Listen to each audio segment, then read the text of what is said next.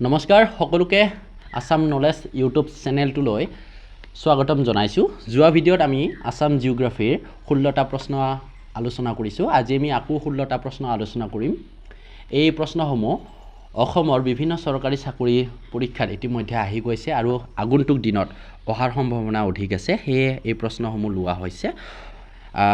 আমি পলম নকৰাকৈ আজিৰ ভিডিঅ'টো আৰম্ভ কৰোঁ। আজিৰ ভিডিঅ'টোৰ প্ৰথম প্ৰশ্নটো হৈছে অসমৰ কোন কোন জিলাই মণিপুৰৰ সৈতে সীমা ভাগ বতৰা কৰে? অপশ্যন দিয়া আছে 4টা। শুদ্ধ উত্তৰ হ'ব অপশ্যন এ ডিমা হাছাও কাছাৰ। মণিপুৰে দেশতে নহয় বিদেশতো বিশেষ চৰ্চা লাভ কৰিছে, তাৰ বাবে এই প্ৰশ্নটো ৰখা হৈছে।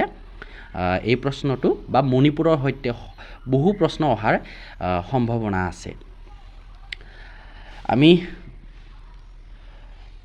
আজিৰ ভিডিঅ'ৰ দ্বিতীয়টো প্ৰশ্ন হৈছে ভাৰতৰ উত্তৰ পূব ভাৰতৰ কোনখন ৰাজ্যক বাংলাদেশে তিনিওফালে আগুৰিছে?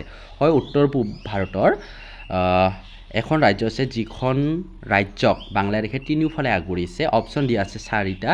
শুদ্ধ উত্তৰটো হ'ব অপশ্যন এ ত্ৰিপুৰা। ত্ৰিপুৰাক বাংলাদেশে তিনিওফালৰ পৰা আগুৰি আছে।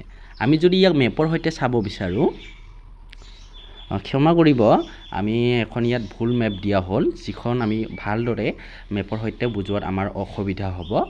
আমি যদি মেপৰ সৈতে চাওঁ, এই প্ৰশ্নৰ উত্তৰটো সোনকালে মনত থাকি যায়, তাৰ বাবে মেপৰ সৈতে চাবলৈ মই বিশেষভাৱে অনুৰোধ জনালোঁ। 18 নম্বৰ প্ৰশ্নটো হৈছে অসমে উত্তৰ দিশত কাৰ কাৰ মাজত সীমা ভাগ বতৰা কৰে? হয়, অসমে উত্তৰ দিশত এখন বিদেশী দেশ এখন আৰু ৰাজ্যৰ সৈতে সীমা ভাগ বতৰা কৰে। অপশ্যন দিয়া আছে 4টা। শুদ্ধ উত্তৰটো হ'ব গ অৰুণাচল প্ৰদেশ আৰু ভূটান। আমি 19 নম্বৰ প্ৰশ্নলৈ আগবাঢ়িছোঁ। আমি মেপৰ সৈতে চাওঁ, এই উত্তৰ দিশত চাব পাৰে। মেপৰ সদায় ওপৰ ভাগটোত উত্তৰ দিশ হয়, তাতে আমি দেখা পাইছোঁ ভূটান আৰু অৰুণাচল প্ৰদেশ। অসমে উত্তৰ দিশত সীমা ভাগ বতৰা কৰে। আমি 19 নম্বৰ প্ৰশ্নলৈ আহিছোঁ। ম্যানমাৰ দেশখনে উত্তৰ পূব ভাৰতৰ কোন কোন ৰাজ্যৰ সৈতে সীমা ভাগ বতৰা কৰে? অপশ্যন দিয়া আছে 4টা। ইয়াৰ ভিতৰত শুদ্ধ উত্তৰটো হ'ব অপশ্যন খ অৰুণাচল প্ৰদেশ, নাগালেণ্ড, মণিপুৰ। ক্ষমা কৰিব, অপশ্যন ক অৰুণাচল প্ৰদেশ, নাগালেণ্ড, মণিপুৰ, মিজোৰাম। আমি যদি মেপৰ সৈতে চাব বিচাৰোঁ, তেনেহ'লে আমি চাব পাৰোঁ এইখন হৈছে আমাৰ ম্যানমাৰ, আৰু এই ম্যানমাৰখনত এই অৰুণাচল প্ৰদেশ, নাগালেণ্ড, মণিপুৰ, আকৌ তলত আছে আমাৰ মিজোৰাম। এই 4খন ৰাজ্যৰ সৈতে ম্যানমাৰে সীমা ভাগ বতৰা কৰে। 20 নম্বৰ প্ৰশ্নটো হৈছে অসমৰ কোন কোন জিলাই বাংলাদেশৰ সৈতে সীমা ভাগ বতৰা কৰে? অপশ্যন দিয়া আছে 4টা।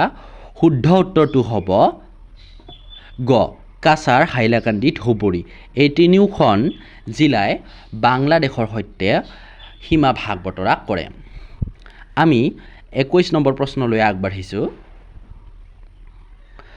কোনখন বিদেশী ৰাষ্ট্ৰই অসমৰ সৈতে অধিক সীমা ভাগ বতৰা কৰে? হয়, আমাৰ অসমে দুখন বিদেশী ৰাষ্ট্ৰ ভূটান আৰু বাংলাদেশৰ লগত সীমা ভাগ বতৰা কৰে, আৰু অসমে বাংলাদেশৰ লগত বেছি সীমা ভাগ বতৰা কৰে। সেয়েহে এই প্ৰশ্নটোৰ উত্তৰ হ'ব অপশ্যন খ বাংলাদেশ। ইয়াতে আমি ডাটাখিনি দিছোঁ, বাংলাদেশে কিমান সীমা শ্বেয়াৰ কৰে, ভূটানে কিমান সীমা শ্বেয়াৰ কৰে চাই ল'ব।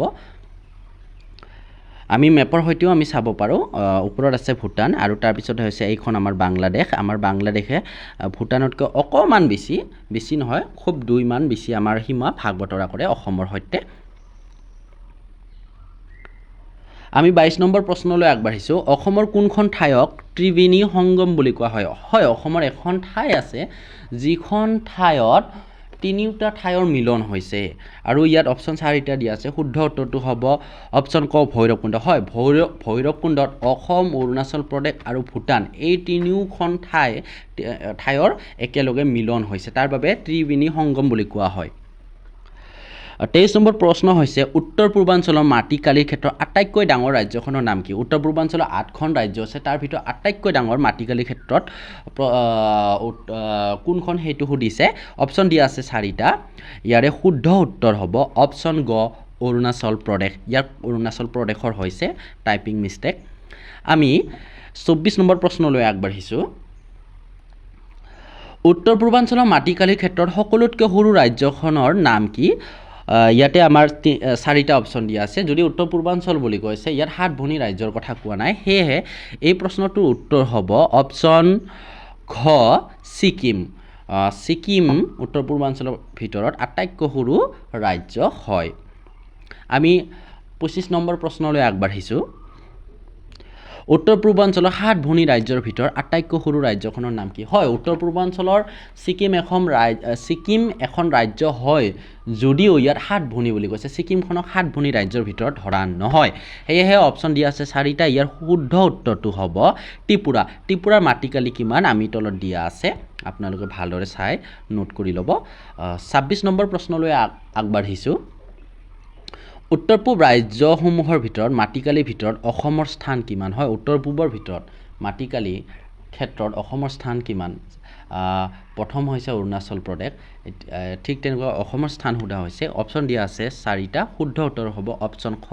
2 উত্তৰ পূবৰ ভিতৰত অসমৰ মাটিকালিৰ স্থান হৈছে 2 অসমৰ মাটিকালি তলত দিয়া আছে নোট কৰি ল'ব আমি 27 নম্বৰ প্ৰশ্নলৈ আগবাঢ়িছোঁ তলৰ কোনখন ৰাজ্যৰ সৈতে ম্যানমাৰে সীমা ভাগ বতৰা নকৰে অলপ আগত আমি ম্যানমাৰে কোন ৰাজ্যৰ সৈতে সীমা ভাগ বতৰা কৰে আমি চালোঁ এতিয়া সুধিছে কোনখন ৰাজ্যৰ সৈতে সীমা ভাগ বতৰা নকৰে চাৰিটা অপশ্যন দিয়া আছে তাৰ ভিতৰত শুদ্ধ উত্তৰটো হ'ব অপশ্যন গ অসম অকল অসম নহয় মিজোৰামৰ লগতে ত্ৰিপুৰাও আছে ম্যানমাৰে অসম ত্ৰিপুৰা মেঘালয় এইবিলাক ৰাজ্যৰ লগতো সীমা ভাগ বতৰা নকৰে 28 নম্বৰ প্ৰশ্ন হৈছে অসমৰ কোনখন জিলাই বাংলাদেশৰ লগত অধিক সীমা শ্বেয়াৰ স্পৰ্শ কৰে হয় অসমৰ জিলা এখন আছে যিখন বাংলাদেশৰ লগত বেছিকৈ সীমা ভাগ বতৰা কৰে অপশ্যন দিয়া আছে চাৰিটা শুদ্ধ উত্তৰ হ'ব ধৌবৰী